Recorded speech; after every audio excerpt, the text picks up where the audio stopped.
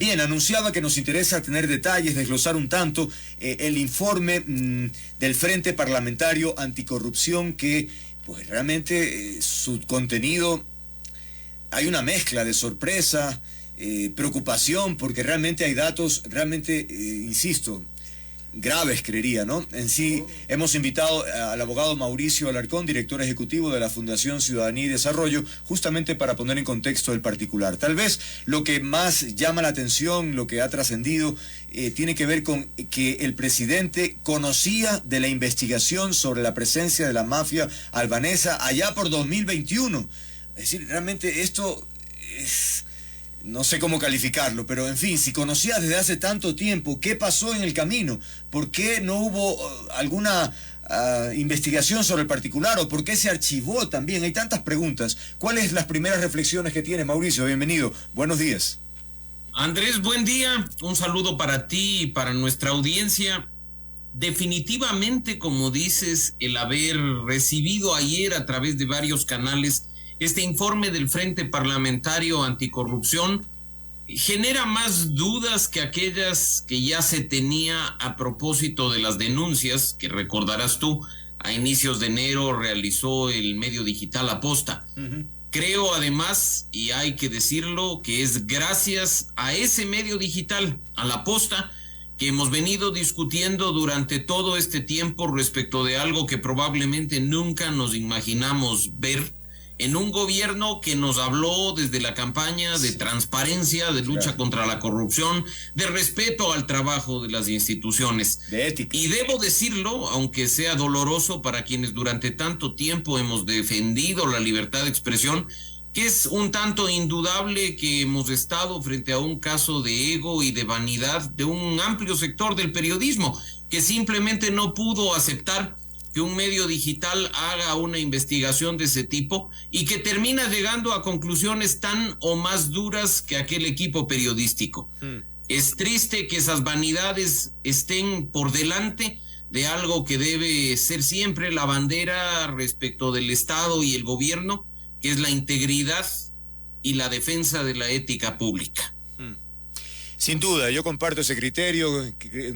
Tal vez tengo alguna observación sobre el cómo de algunas partes o etapas del proceso, pero en general, lo de fondo, lo que tú mencionas, efectivamente, gracias a esa denuncia finalmente y el seguimiento que se ha dado, es lo que hoy nos vemos abocados a analizar un gobierno que tuvo conocimiento de un personaje vinculado claramente con el narcotráfico y que este señor Cherres, vinculado también claramente con Danilo Carrera, pues finalmente hacían tráfico de influencias, porque no vamos a hablar de narcotráfico. En el informe no hay ninguna vinculación con el presidente Lasso, pero sí el hecho de, ¿qué es esto de que Danilo Carrera finalmente llama, intercede un ascenso para Víctor Arauz o por ahí un currículum? ¿A cuenta de qué, no? Y no solo eso, Andrés, basta una simple búsqueda en el sistema de consulta de procesos de la justicia ecuatoriana, en el denominado SATGE, para darnos cuenta que el señor Cherres Fagioni, que es el eje de todo este asunto, tenía procesos por narcotráfico desde el año 2014. Y como lo dije en alguna ocasión anterior, cabe preguntarnos por qué el cuñado del presidente de la República, sabiendo que una persona tan cercana ha sido procesada incluso por narcotráfico, le da un espacio de tanta confianza, le da un espacio de tanta permisividad, teniendo de por medio al presidente de la República. Acá nadie acusa al presidente de ser narcotraficante. Acá nadie acusa al presidente de estar involucrado de manera directa en lo que corresponde a un tráfico de influencias. Pero sí hay que decirlo, y así lo ratifica el informe que se ha hecho público el día de ayer, que de manera bastante extraña el presidente de la República actúa en defensa de su cuñado en lugar de defender los intereses del Estado. Y ahí genera esas dudas que mencionábamos al inicio.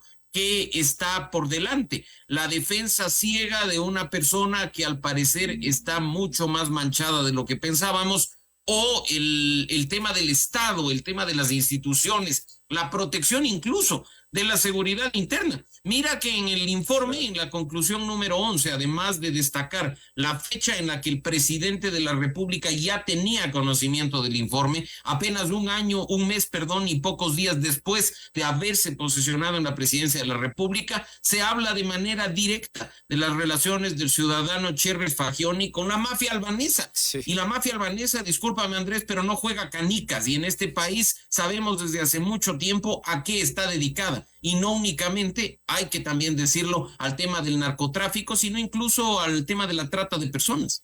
Ahora bien, otro elemento que quiero destacar del informe tiene relación con que nos dicen que eso no es de un día para otro, que más bien es un asunto de larga data del gobierno de Correa, que se transmite a Moreno, y finalmente llega a Lasso, y Lasso mantiene muchas de las estructuras, y entonces allí evidentemente vienen las consecuencias que hoy estamos analizando, ¿no? Totalmente. Y te repito, Andrés, lo que decía al inicio. No estamos diciendo que este problema ha surgido en los últimos años o precisamente cuando entró al poder Guillermo Lasso, pero nos sorprende que quien en campaña hablaba de transparencia, de integridad, de luchar contra la corrupción, o quien hasta hace muy poco nos acusaba, por ejemplo, o nos señalaba y nos estigmatizaba a quienes analizábamos las preguntas del referendo con estar a favor del narcotráfico, resulta que estaba al tanto de una situación muchísimo más grave y prefirió no solo callar, sino incluso, según las conclusiones de este informe, proceder de alguna manera ilegal o inadecuada, permitiendo que este tipo de actividades continúen. Este no es un tema menor, Mauricio, ¿no? En otras partes decía yo también al inicio que esto podría provocar en otras democracias o con una institucionalidad fuerte que sea insostenible el cargo, porque es que ¿cómo pensar en un presidente que ha conocido algo tan sensible, grave, y que no ha transparentado, lo ha ocultado, tal vez incluso, o ha protegido a su cuñado? Es decir, eso es inaceptable, pues, porque ¿qué credibilidad podemos tener en un funcionario que pone prioridades de esa naturaleza y relega al país como tal, ¿no? En un país donde se respeta el Estado de Derecho, en un país donde las instituciones funcionan, por mucho menos el presidente de la República hubiera dado un paso al costado. Mira además lo grave que resulta, cómo cambia la versión oficial y las palabras del propio presidente Guillermo Lasso entre mediados de enero y hoy, finales del mes de febrero, casi un mes y medio después de que se ha conocido este tema. Incluso se llegó al extremo de hacer una cadena nacional para estigmatizar a los periodistas al más puro estilo de la época correísta, a señalarnos con el dedo, a decir de todo un poco y a acusar a esta investigación de ser una burda historieta falsa. Las conclusiones a las que evidentemente se llega en el Frente Parlamentario Anticorrupción, del que además participan de manera directa algunas personas que en el legislativo han sido cercanas al presidente Guillermo Lasso, nos genera tristeza para los que creíamos en un gobierno distinto, preocupación a aquellos que esperaban ver acciones especialmente en cuanto a independencia de funciones del Estado, y sobre todo preocupación respecto a qué viene después, Andrés. Justamente esa es la siguiente pregunta, es decir, ahora la pelota va a ir a la cancha de Fiscalía, ¿qué expectativa tiene?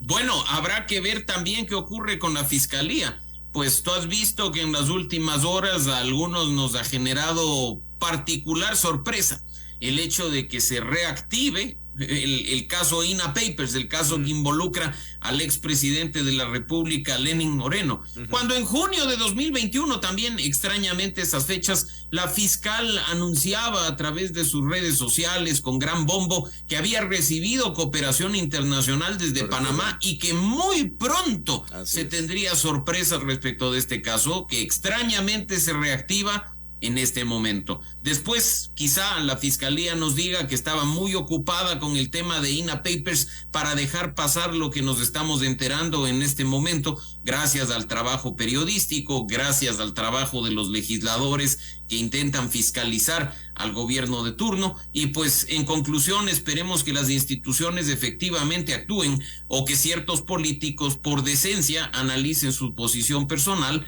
y decidan respecto de su futuro. Y esto impacta evidentemente en la gobernabilidad. Estamos a puertas de nuevas manifestaciones sociales y parecería que pueden tener alguna importancia, relevancia esas manifestaciones. El tema de la asamblea también, cómo se maneja la posibilidad de juicio político, es decir, en términos generales el ambiente es súper adverso para la gobernabilidad en este momento.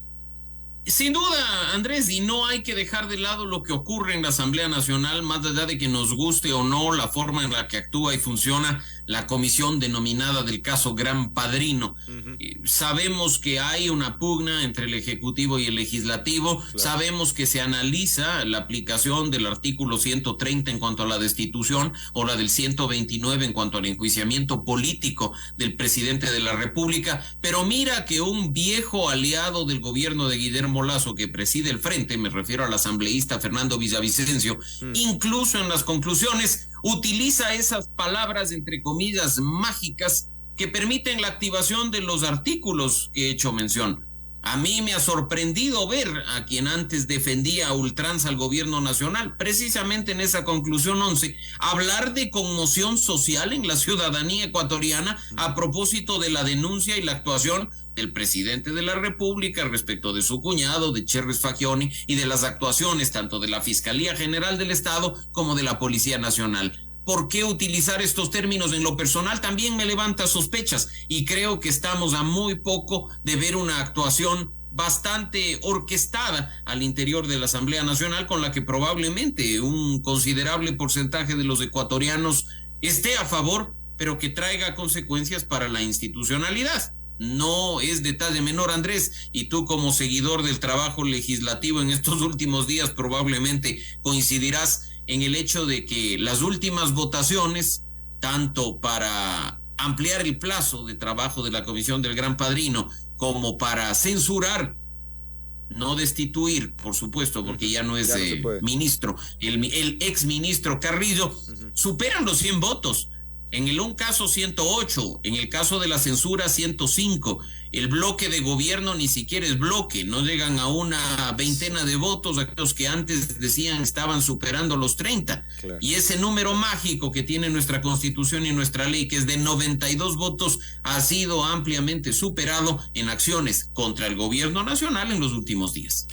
Hay personas que dicen ya realmente Ecuador es un país fallido, ¿no? Porque si a todo esto le agregamos los altos niveles de delincuencia, de violencia que enfrentamos, realmente uno dice, bueno, ¿por dónde me voy? Es decir, ¿qué futuro tengo en este país?